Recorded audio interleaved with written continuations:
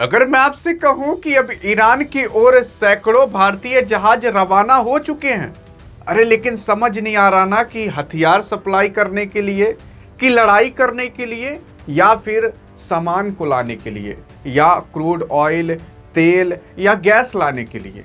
हाल फिलहाल अगर आप देखने की कोशिश करोगे, ईरान से जब लड़ाई होना चालू हुआ तो उसके बाद मिडिल ईस्ट से भारत जो भी सामान खरीदता था, गैस, तेल, वो सब बंद हो गया धीरे धीरे, क्योंकि स्ट्रेट ऑफ हॉर्मुज पर ताला लगा दिया गया। वहां से कोई जहाज आ नहीं पा रही। आप देखने की कोशिश करोगे तो 12 मार्च 2026 को प्रधानमंत्री नरेंद्र मोदी ने ईरान के जो राष्ट्रपति मसूद पेज़ेश्कियन हैं उनसे बात भी की फोन पर, और एक बार नहीं बल्कि टोटल 3 बार बात की थी कि कम से कम यार भारत के लिए तो ये स्ट्रेट ऑफ हॉर्मुज खोल दो। तब आपके ईरान ने यार लगभग एक देश नहीं, टोटल 4-5 देशों के लिए ये स्ट्रेट ऑफ हॉर्मुज खोला था और कुछ जहाज रवाना हुए थे। लेकिन उसकी सच्चाई जानते हो क्या थी? असल में पाकिस्तान के लिए भी जहाज, मतलब वो स्ट्रेट ऑफ हॉर्मुज खोला गया था, चीन के लिए भी खोला गया था, रूस के लिए भी खोला गया था, भारत के लिए खोला गया था और मलेशिया के लिए भी खोला गया था। ऐसा कहा जा रहा है, क्या पता बांग्लादेश के लिए भी खोला गया हो, लेकिन उसके बारे में भी कंफर्म नहीं है। यहाँ पर जब ईरान के किसी एक नेता से पूछा गया तो ईरान का नेता कहता है कि हम मोदी की वजह से नहीं खोले हैं, बल्कि भारत के नागरिकों की वजह से खोले हैं। अब ये बात कितनी सही है कितनी नहीं, वो तो ईरान वाले जाने, लेकिन ईरान का नेता ये कहा था। लेकिन ये तो सबको पता होगा कि भारत जो था वो ईरान के अंदर चाबहार बंदरगाह बना रहा था, जिसके लिए भारत ने लगभग $500 मिलियन का निवेश भी किया था। भारत इस डील को लगभग 10 साल के लिए कहा था कि हाँ 10 साल तक के लिए हम चाबहार पोर्ट तक आए जाएंगे, वहां से अपने सामान को इधर उधर करेंगे। लेकिन भारत ने इस बार के बजट के अंदर इस चाबहार पोर्ट के लिए एक भी रुपया एलोकेट नहीं किया, एक भी रुपया नहीं रखा कि हम यहाँ पर भी इन्वेस्ट करेंगे। और आप देखे ही होंगे फिर उसके बाद लड़ाई हो गई और पैसा इन्वेस्ट करने का कोई मतलब भी नहीं निकलता, सब पैसा बर्बाद चला जाता। ईरान ने इस पर कहा था कि हमें थोड़ा दुख हो रहा है कि भारत ने चाबहार पोर्ट के लिए पैसा निवेश नहीं किया। लेकिन अगर आप देखने की कोशिश करोगे तो इस चाबहार पोर्ट को छीनने के लिए आपके ट्रंप ने एड़ी से लेकर चोटी तक का जोर लगा दिया था, क्योंकि इस चाबहार पोर्ट के जरिए भारत इंपोर्ट एक्सपोर्ट ईरान से करता था। भारत लोकल करेंसी में भी ट्रेड करता था, मतलब वहां जाकर डॉलर में नहीं बल्कि रुपये में ही पेमेंट कर देता था, जिससे डी डॉलराइजेशन फैल रहा था। मतलब लोग डॉलर छोड़ रहे थे बल्कि अपने लोकल करेंसी में ट्रेड कर रहे थे। अब इससे जो डॉलर था उसकी वैल्यू गिर रही थी। भारत ने अभी तक टोटल 22 से 24 देशों से ये डील कर ली है कि हम आपसे लोकल करेंसी में ही ट्रेड करेंगे। उसी के ही साथ साथ ब्रिक्स को बढ़ावा देने के लिए आपके भारत ने काफ़ी बड़े बड़े अहम कदम उठाए हैं। ये सब देखते हुए आपके ट्रंप ने समझ गया था कि अगर इसी तरीके से चलता रहा तो आज नहीं तो कल से ही, कल नहीं तो परसों, नहीं तो 1 साल बाद, नहीं तो 10 साल बाद लोग डॉलर को छोड़ देंगे। और अगर डॉलर को छोड़ देते हैं तो पूरी तरीके से अमेरिका खत्म, अमेरिका का कोई वर्चस्व नहीं रह जाएगा इस पूरी दुनिया के अंदर। जैसे एक लोकल कंट्री होती है वैसी अमेरिका को भी जाना जाएगा अगर डॉलर नहीं रहा तो कभी भी अमेरिका डॉलर को गिरने नहीं देगा।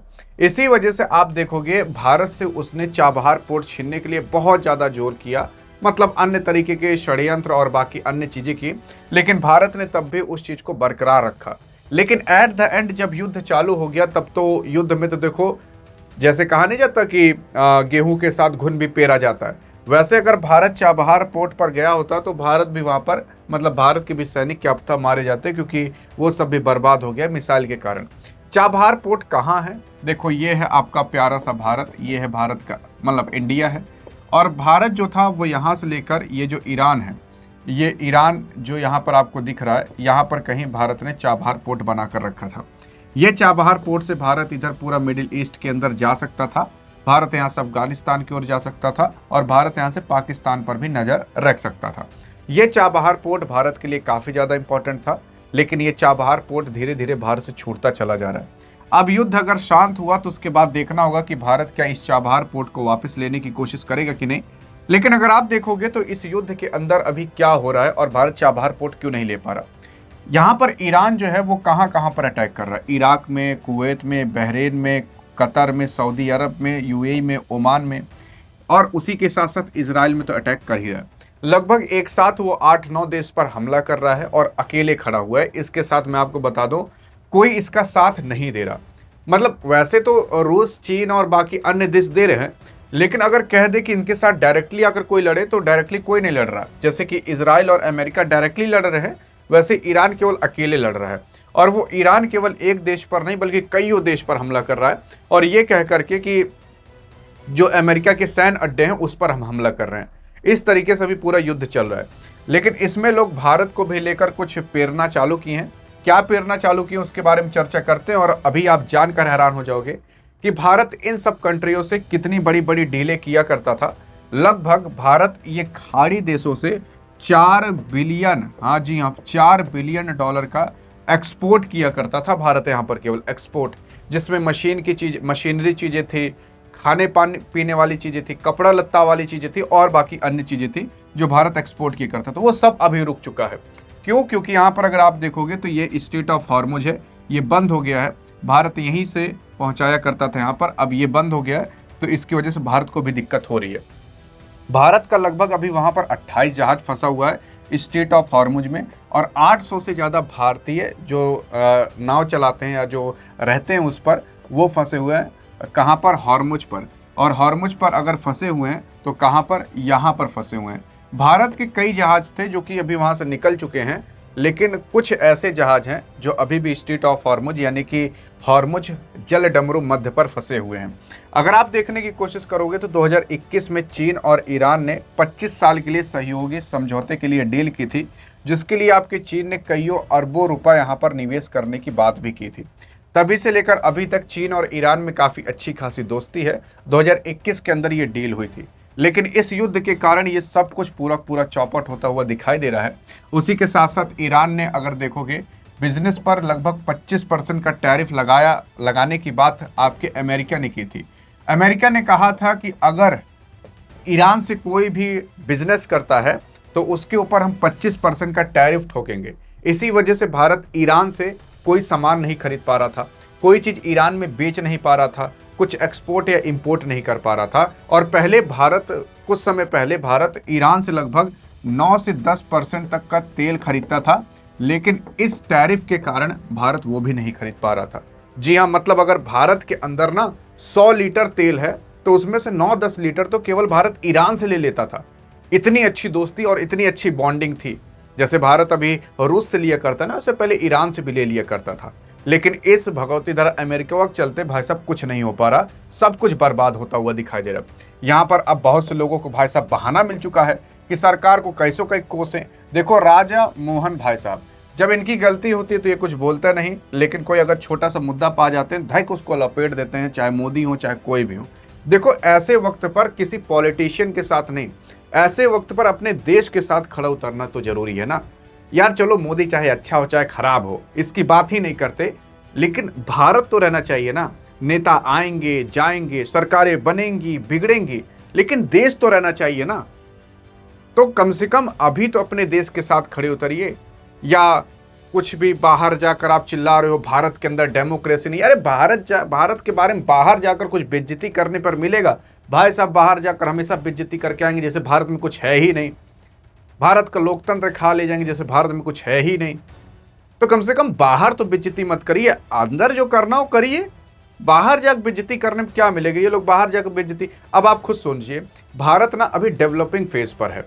डेवलपिंग फेज का मतलब क्या है कि भारत अभी बढ़ना चालू किया है। अब क्या है कि अगर भारत इसी में लड़ाई झगड़े में फंस जाएगा तो भारत डेवलप नहीं कर पाएगा। जैसे आप और हम हैं अभी डेवलपिंग फेज पर हैं। आप अगर 18-19 साल के होगे, आप अभी डेवलपिंग फेज पर हो। उसी में जोश जुनून में आकर किसी लड़ लिए, चलो एक FIR हो गया, कभी सरकारी नौकरी पाओगे नहीं। वैसे भारत भी अभी ना डेवलपिंग फेज पर है। अगर ये अभी युद्ध में जुट जाएगा ना तो जान जी 10-20 साल पीछे चला जाएगा। इस वजह से भारत हर जगह शांत रहता है। वो सोचता है कैसे करके 10-20 साल और भारत का बीत जाए और भारत अच्छी खासी इकोनॉमी बन जाए, ताकि अगर भारत पर छोटा मोटा कभी अटैक हो या भारत कहीं फंस भी जाए तो उतना बड़ा असर ना पड़े। हाँ जी हाँ, इस वजह से भारत कभी कुछ बोलता नहीं। लेकिन ये लोग मारेंगे, एकदम कोस के रखनाएंगे, नहीं बोलो जाग तुम भी लड़ कर आओ, ईरान ये किया जाग तुम भी मारकूट कराओ। यार अब अमेरिका से पंगा लेना कुछ मिलेगा? अब मान लेते हैं कि हम ईरान के साथ खड़े उतर गए, आगे चलकर तब अमेरिका भारत से ट्रेड नहीं करेगा। भारत अमेरिका के अंदर 80 बिलियन से भी ज्यादा प्रोडक्ट बेचा करता है। आपको पता है क्या? 80 बिलियन का मतलब जानते हो क्या होता है? अरे 400 बिलियन तो आपके पाकिस्तान की पूरी जीडीपी है।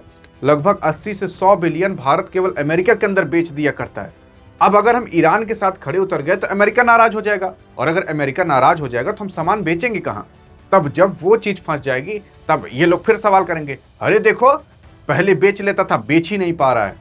तब उसके ऊपर भी सवाल उठेंगे। तो कम से कम अभी अपने देश के साथ खड़े उतरिए, किसी पॉलिटिशियन के साथ भले नहीं।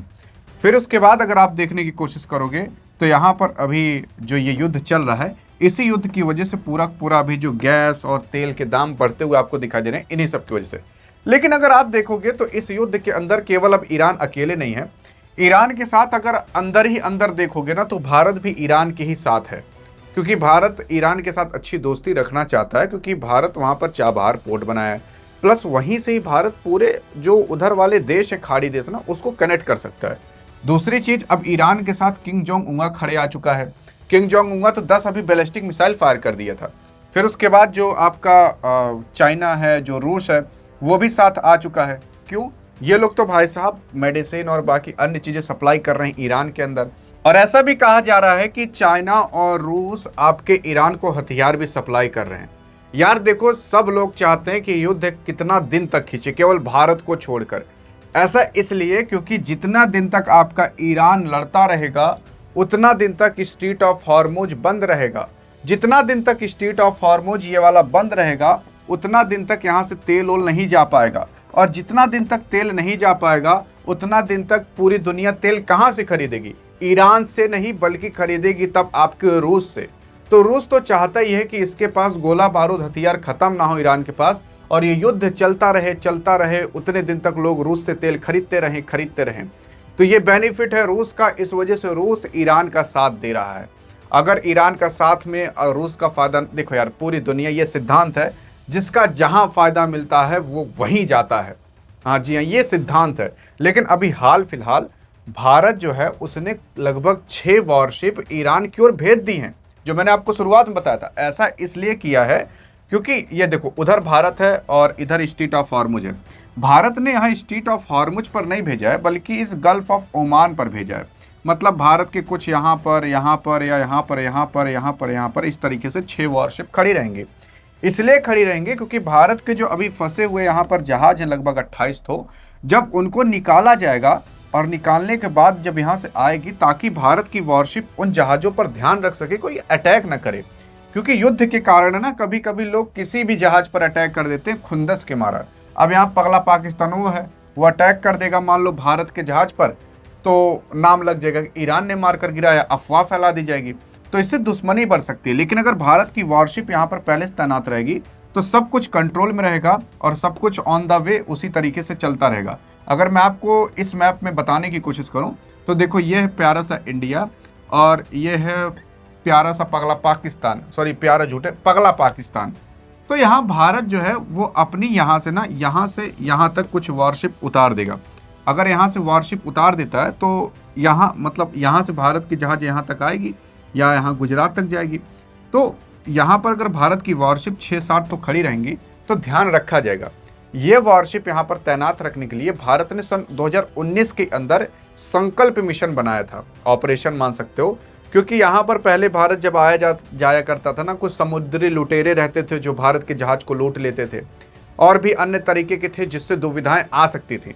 तो 2019 के अंदर संकल्प बनाया गया था, संकल्प मिशन, उसी को रीएक्टिवेट कर दिया गया है। तो भारत की वॉरशिप यहाँ पर तैनात रहेगी, लड़ने के लिए नहीं गई है, केवल अपनी जहाज को बचाने के लिए गई है। और दूसरी चीज, असल में उस संकल्प मिशन के तहत अभी तक भारत ने लगभग 500 से ज्यादा भारत की ऐसी जहाजें हैं जिसको कि बचाया है या समुद्री लुटेरों से छुड़वाया है।